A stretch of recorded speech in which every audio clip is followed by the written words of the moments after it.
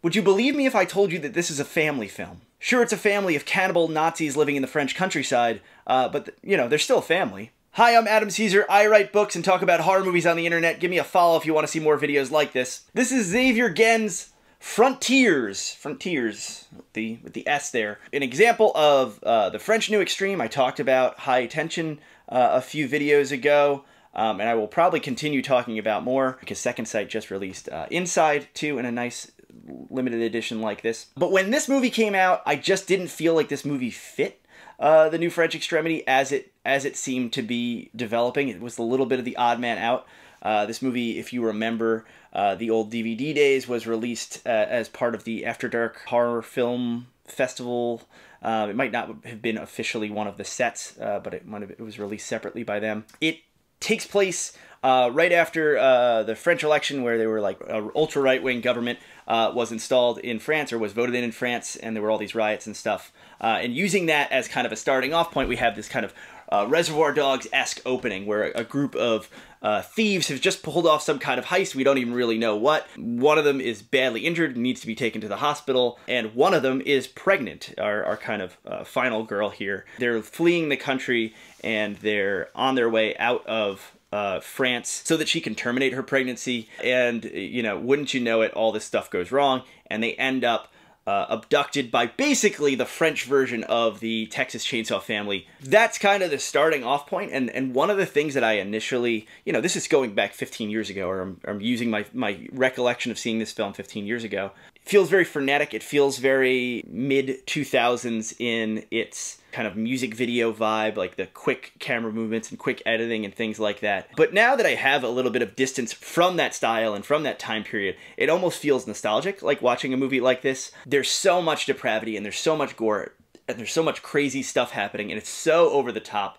That over-the-topness, when I was a teenager, I was like, oh, I want something a little more serious. I want something a little more gloomy and downbeat, when this movie's so in your face and so extreme in a kind of almost cartoonish way. I didn't respond to that then, but I respond to that so much better now, after just eons of just dour, slower, elevated horror films. I respond to this so much better now. But what I felt while watching it this time is I felt the sensation of, like, going to Halloween Horror Nights, or going to like a haunted attraction. It has that kind of feel to it. And even like the set decoration has that feel to it, where they're in these underground bunkers for part of the time, but they're all kind of very varied. There's all like pipes, exposed pipes all over the place. And there's like the cannibal kill room where they like salt the bodies and hang them up like they're meat. It just feels very much like you're going to a kind of mid-tier or higher end haunted attraction. And then watching the special features where he talks about like kind of the ethos of the film and the inspirations for the film. He doesn't cite Texas Chainsaw 1,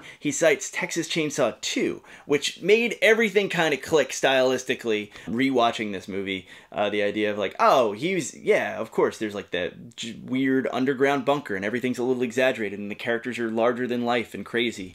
And the family is like sprawling. There's like a million family members here, and they all have their different thing, and they're all various degrees of sympathetic, unsympathetic. It really, really worked for me on this viewing. The one problem I had with this set overall is the video itself. I had to like even like check afterwards online and like see what other reviewers were talking about it, to be like, is it my TV? Is something screwed up?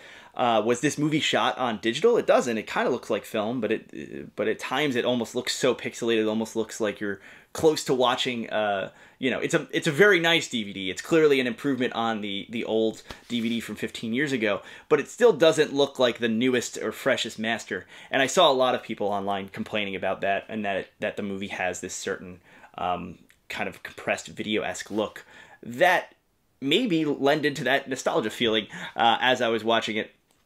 I don't really blame Second Sight. I know enough. I don't know a ton about this industry and about the the boutique Blu-ray industry, but I know that for certain films and for under certain licensing agreements, it's kind of a you get what you get deal from the person or entity that you're licensing it from. And if they can't supply you negatives or materials to retouch up, you kind of have to work with what they give you. And I don't know 100% that that's what happened here, but I can guess. Just because all the other Second Sight releases I have are so spot on and so nicely nicely put together. It might have been a situation of, well, you have, you know, High Tension coming out, and you have Inside, and you're doing all these, you know, new French Extreme movies.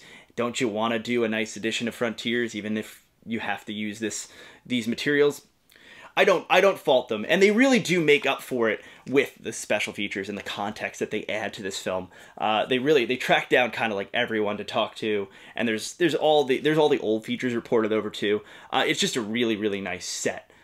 You know, picture quality notwithstanding, a really fun movie, really silly in a lot of ways, really, you know, serious and almost new metal in other ways. But yeah, it charmed me this time,